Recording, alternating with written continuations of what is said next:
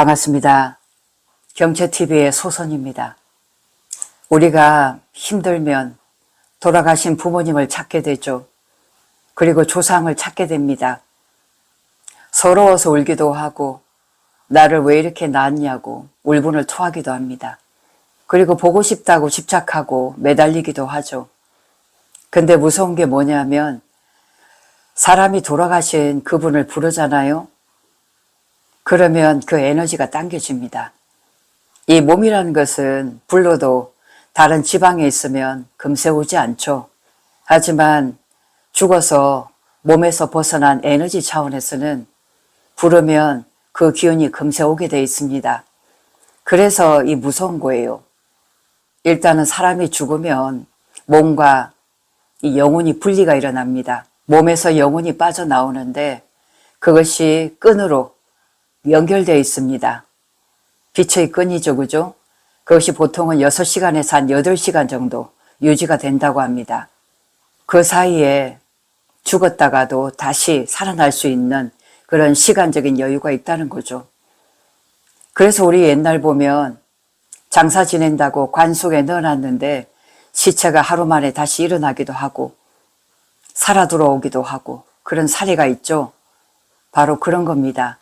8시간이 지나가면 그 빛의 끈이 완전히 끊어지고 온전히 이 육신과 영혼이 분리가 일어납니다. 그래서 우리가 옛말에 혼비백산한다는 말을 하죠. 혼은 하늘로 갑니다. 그리고 이 백이라는 거 껍데기는 땅으로 흩어지는 거예요. 그래서 결국은 사람이 죽으면 재로 남잖아요. 이 재라는 것은 자연의 일부분으로서 결국은 자연으로 돌아가게 되는 겁니다. 우리가 지금 몸을 가지고 있는 이 세계는 3차원이에요. 그리고 사람이 죽으면 영혼으로 가는 세계는 4차원 이상이 되죠. 벌써 살아가는 세계가 틀립니다. 차원이 다르다는 얘기예요. 돌아가신 분한테 제사 지내지만 그들은 우리의 음식을 직접 먹지 않습니다. 에너지 자체로 기적 흠양을 한다고 얘기하죠. 그들이 먹는 것은 에너지 차원이에요. 우리가 먹는 이 딱딱하고 질량이 강한 그런 고체인 물질이 아니라는 겁니다. 결국은 죽은 사람은 죽은 자리에 가서 다시 한번 윤회와 환생을 위한 혹은 더 이상 윤회를 하지 않는 그런 우리와 다른 그런 세계에 가 있고 몸을 가진 우리는 이 3차원에서 치열한 삶을 살아가는 겁니다. 어떤 사람은 20대 죽기도 하고 또 어떤 사람은 40대 죽기도 하죠. 왜 이렇게 빨리 죽을까요? 사람은 저마다 타고난 사명이 있어요. 자기의 숙제가 있습니다. 그 숙제를 일찍 끝마친 사람은 다음 생을 위해서 지금의 생을 마감하는 겁니다. 어떤 사람은 자기의 사명을 가지고 나왔지만 스스로가 도저히 이뤄낼 수 없는 그런 압박감에 결국은 자기의 숙제를 다하지 못하고 스스로를 포기하는 그런 사람들이 있어요.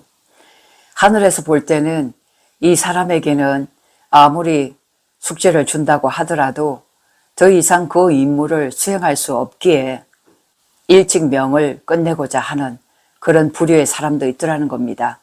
그러니 자식으로 볼 때 부모가 일찍 돌아가신다는 것은 너무나 애타고 서글프고 한이 되는 거죠.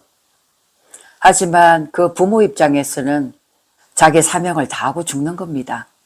그러니 우리가 슬퍼하는 것도 잠깐이고 집착하는 것도 잠깐으로 내려놓으셔야 됩니다. 죽으면 엄적 기운이에요. 우리 인간이 살고 있는 것은 양적인 세상이거든요.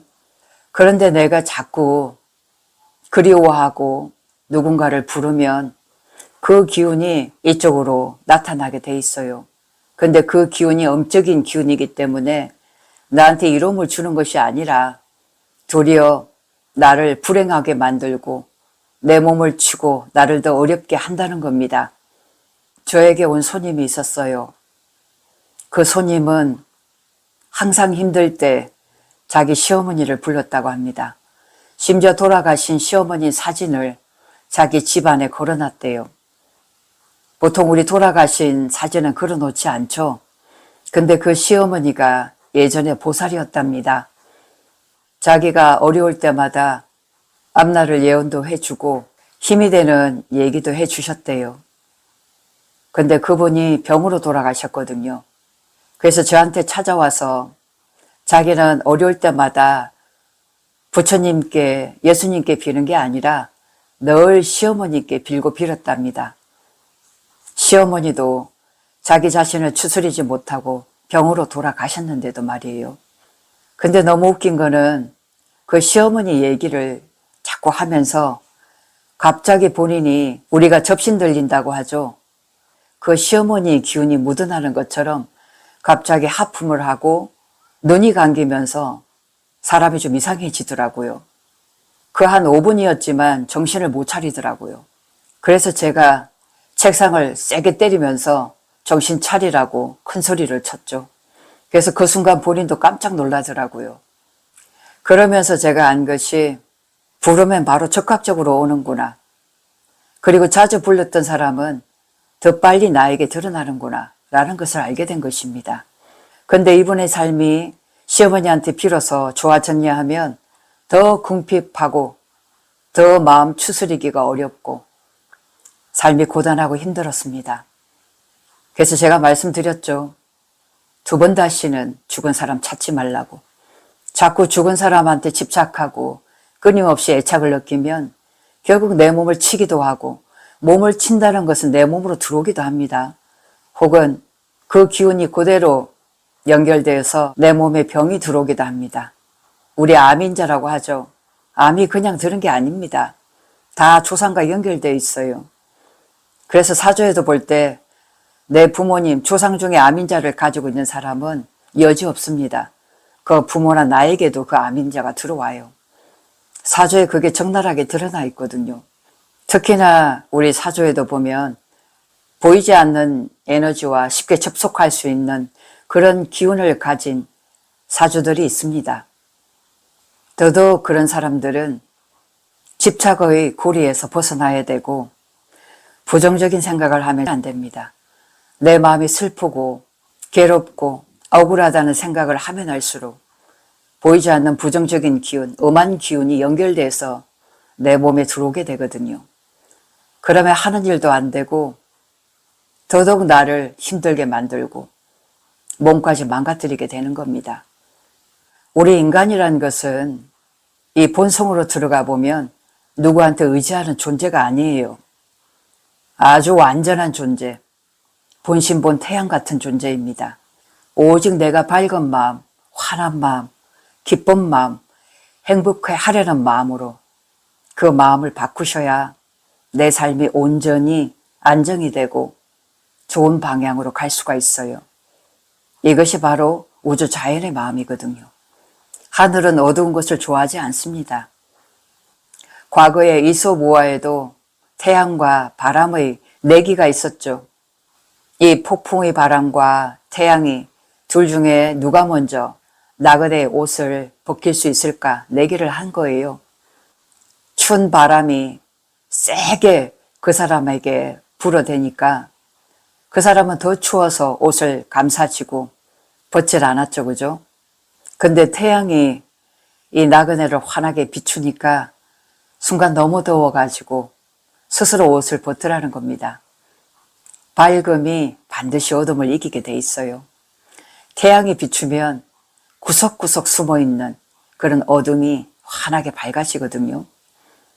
사람이 죽는다는 것은 자기의 소임을 이 세상에서 다 완수하고 다음 생애를 위해서 더 업그레이드한 삶을 살기 위해서 돌아가시는 거니까 현실에서 본다면 그 삶이 너무나 안타깝고 고통스럽다고 불쌍하고 안타까워하겠지만 영혼으로 본다면 영혼의 성숙도를 위해서 고행을 스스로 감내하고 어려움을 자초해서 이 세상의 삶을 살았던 겁니다. 그거 역시도 자신을 위한 삶이었어요. 그래서 우리 삶이라는 것은 자연에서 볼 때는 절대 좋고 나쁨이 없습니다. 일체 다 좋은 현상들이에요. 고통이 크면 클수록 그 영혼의 성장은 더 큰 겁니다. 그런 미션을 본인 스스로 선택해서 이 세상에 왔다가 죽는 거기 때문에 너무 아쉬워하지 마세요. 그리고 더 이상 돌아가신 보이지 않는 기운을 끌어당기지 않으셨으면 좋겠습니다. 고맙습니다.